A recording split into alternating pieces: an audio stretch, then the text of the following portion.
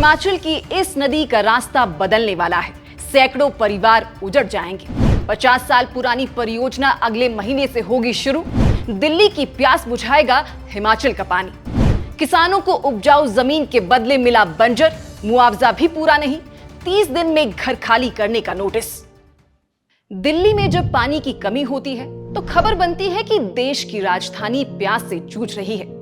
लेकिन अब उस प्यास को बुझाने के लिए हिमाचल के एक पूरे इलाके की तकदीर बदलने जा रही है। सिरमौर की गिरी नदी, जो दशकों से पहाड़ों के बीच अपने रास्ते पर बहती रही, अब उसका रास्ता बदल दिया जाएगा। और ये सब इसलिए होगा ताकि आने वाले वर्षों में दिल्ली के नलों में पानी पहुंच सके। हिमाचल के सिरमौर जिले में बनने जा रही श्री रेणुका जी बांध परियोजना अब अपने सबसे निर्णायक मोड़ पर पहुंच चुकी है। करीब 50 साल तक फाइलों, बैठकों, घोषणाओं और राजनीति में घूमती रही ये योजना अब जमीन पर उतरने वाली है। अगले महीने से उस काम की शुरुआत हो सकती है, जिसके बाद पहली बार गिरी नदी को सुरंगों में मोड़ा जाएगा। और जैसे ही नदी का रास्ता बदलेगा, उसी दिन से इस इलाके की कहानी भी बदलनी शुरू हो जाएगी। ये कहानी 1976 में शुरू हुई थी। उस समय गिरी नदी पर सिर्फ एक छोटी जल विद्युत परियोजना बनाने का विचार था, लेकिन फिर दिल्ली बढ़ती गई, आबादी बढ़ती गई, पानी की मांग बढ़ती गई। सरकारों ने हिसाब लगाया तो पता चला कि हिमाचल की ये नदी दिल्ली की प्यास बुझा सकती है। यहीं से एक स्थानीय परियोजना राष्ट्रीय परियोजना बन गई। फिर शुरू हुआ राजनीति का खेल। 1994 में हिमाचल, दिल्ली, हरियाणा, राजस्थान, उत्तर प्रदेश और उत्तराखंड के बीच समझौते की कोशिश हुई। लेकिन सवाल उठा कि पानी कौन लेगा, पैसा कौन देगा और कीमत कौन चुकाएगा। दिल्ली को पानी चाहिए था, हरियाणा को हिस्सा चाहिए था। केंद्र चाहता था कि परियोजना आगे बढ़े, लेकिन हिमाचल पूछ रहा था कि अगर हमारी जमीन डूबेगी, हमारे गांव उजड़ेंगे, तो हमें बदले में क्या मिलेगा। यही वजह रही कि यह परियोजना 3 दशक तक फाइलों में दबी रही। सरकारें बदलती रहीं, कभी कांग्रेस आई, कभी बीजेपी आई। हर चुनाव में यह परियोजना निकाली गई। हर बार कहा गया कि अब काम शुरू होगा, लेकिन हर बार मामला वहीं अटक गया। दिल्ली को पानी मिलेगा, मगर हिमाचल क्या खोएगा और क्या पाएगा। फिर 2021 में अचानक ये परियोजना फिर से जिंदा हो गई।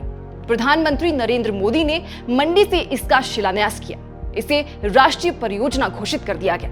कहा गया कि 90% खर्च केंद्र सरकार उठाएगी। उस समय इसकी लागत करीब 6,700 करोड़ रुपए बताई गई, लेकिन अब ये लागत बढ़कर लगभग 7,000 करोड़ के करीब पहुंच चुकी है। शुरुआत में जिस परियोजना का अनुमान 3400 करोड़ था, वो अब दोगुनी हो चुकी है। वजह 50 साल की देरी, कागजी अड़चने, जमीन के झगड़े, पर्यावरण की मंजूरी और राजनीति। लेकिन अब पहली बार ऐसा लग रहा है कि इस बार काम सचमुच शुरू हो जाएगा। अगले महीने गिरी नदी के बहाव को मोड़ने के लिए 3 बड़ी सुरंगों का निर्माण शुरू होने वाला है। करीब 1.5 किलोमीटर लंबी ये सुरंगें नदी का पानी कुछ समय के लिए दूसरी तरफ ले जाएंगी, ताकि जहां आज नदी बह रही है वहां बांध बनाया जा सके। इस काम पर लगभग 900 करोड़ रुपए खर्च होंगे। यानी पहली बार हिमाचल में एक नदी को मोड़ा जाएगा।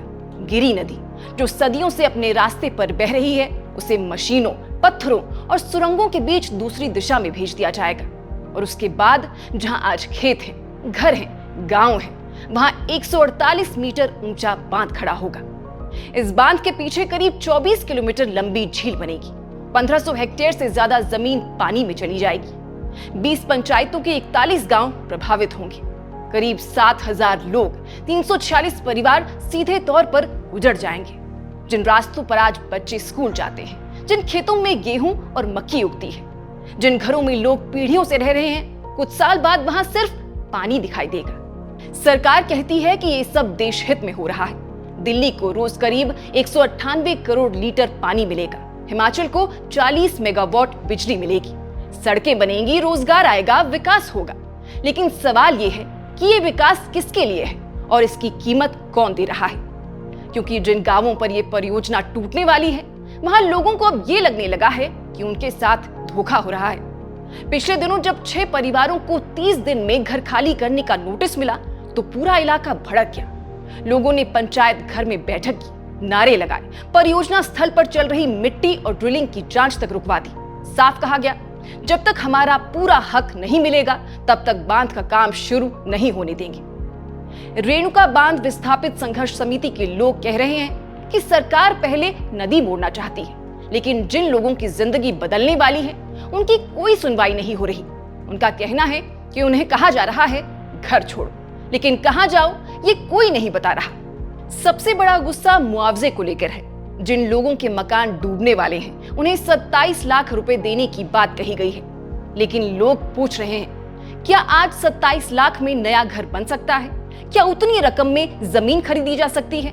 जिन लोगों के पास आज उपजाऊ खेत है उन्हें बदले में ऐसी जमीन दिखाई जा रही है जहां ना खेती हो सकती है और ना घर बस सकता है। विस्थापितों का आरोप है कि उनकी उपजाऊ जमीन के बदले उन्हें बंजर जमीन दी जा रही है। सरकार ने पुनर्वास के लिए 5 जगह चुनी है, लेकिन लोग कहते हैं कि वहां पानी नहीं, सड़क नहीं, खेती नहीं। कहीं पहाड़ की ढलान है, कहीं पत्थर है, कहीं इतनी खराब जमीन है कि वहां पशु तक नहीं पल सकते। लोग कह रहे हैं हमसे हमारी उपजाऊ जमीन ले रहे हो और बदले में हमें ऐसी जगह बेच रहे हो जहां जिंदगी शुरू ही नहीं हो सकती। और यही वजह है कि ये लड़ाई अब सिर्फ मुआवजे की नहीं रही, ये सम्मान की लड़ाई बन चुकी है। लोग कह रहे हैं कि हम बांध के खिलाफ नहीं हैं। अगर दिल्ली को पानी देना है तो दीजिए, लेकिन उसके लिए हमें मिटाइए मत, हमें पहले बसाइए फिर हटाइए। इस पूरे मामले की राजनीति भी कम दिलचस्प नहीं है। बीजेपी कहती है कि ये परियोजना उसकी सरकार ने शुरू करवाई, नरेंद्र मोदी ने शिलान्यास किया, केंद्र ने पैसा दिया, इसलिए ये बीजेपी की उपलब्धि है। दूसरी तरफ कांग्रेस की हिमाचल सरकार कहती है कि अगर हिमाचल अपनी जमीन और गांव दे रहा है तो बदले में राज्य को ज्यादा फायदा मिलना चाहिए। मुख्यमंत्री सुखविंदर सिंह सुक्खू की सरकार खुलकर बांध का विरोध नहीं करती, लेकिन वो बार बार कहती है कि हिमाचल केवल दिल्ली को पानी देने वाला राज्य नहीं बन सकता। यानी ऊपर से दोनों पार्टियां विकास की बात कर रही हैं, लेकिन जमीन पर दोनों अपनी अपनी राजनीति कर रही हैं। बीजेपी दिल्ली और विकास की बात कर रही है, कांग्रेस हिमाचल के हक की बात कर रही है, और इन दोनों के बीच सबसे नीचे खड़ा है वो आदमी जिसे 30 दिन में अपना घर छोड़ना है। सबसे बड़ा डर लोगों को इस बात का है कि एक बार अगर उन्होंने अपना गांव छोड़ दिया तो फिर कभी वापस लौट नहीं पाएंगे, क्योंकि ये कोई साधारण विस्थापन नहीं है। यहाँ सिर्फ मकान नहीं डूबेंगे, यहाँ मंदिर डूबेंगे, देवता डूबेंगे, खेत डूबेंगे, कब्रिस्तान और शमशान डूबेंगे, पुरखों की यादें डूबेंगी। जिन गांवों में लोग पीढ़ियों से रह रहे हैं वे हमेशा के लिए नक्शे से मिट जाएंगे। दिल्ली के लोग शायद कभी ये नहीं जान पाएंगे कि उनके घर तक पहुंचने वाली पानी की हर बूंद कहां से आई है, लेकिन सिरमौर के लोग ये कभी नहीं भूल पाएंगे कि उस पानी के लिए उन्होंने क्या खोया, क्योंकि आने वाले समय में जब दिल्ली के नलों में पानी बहेगा तब हिमाचल के कई गांव पानी के नीचे होंगे। इसलिए अब पूरी बात और स्थिति को जानने समझने के बाद आप दर्शक इस विषय पर क्या सोचते हैं, हमें कमेंट बॉक्स में जरूर बताइएगा। अभी फिलहाल के लिए बस इतना ही। नमस्कार।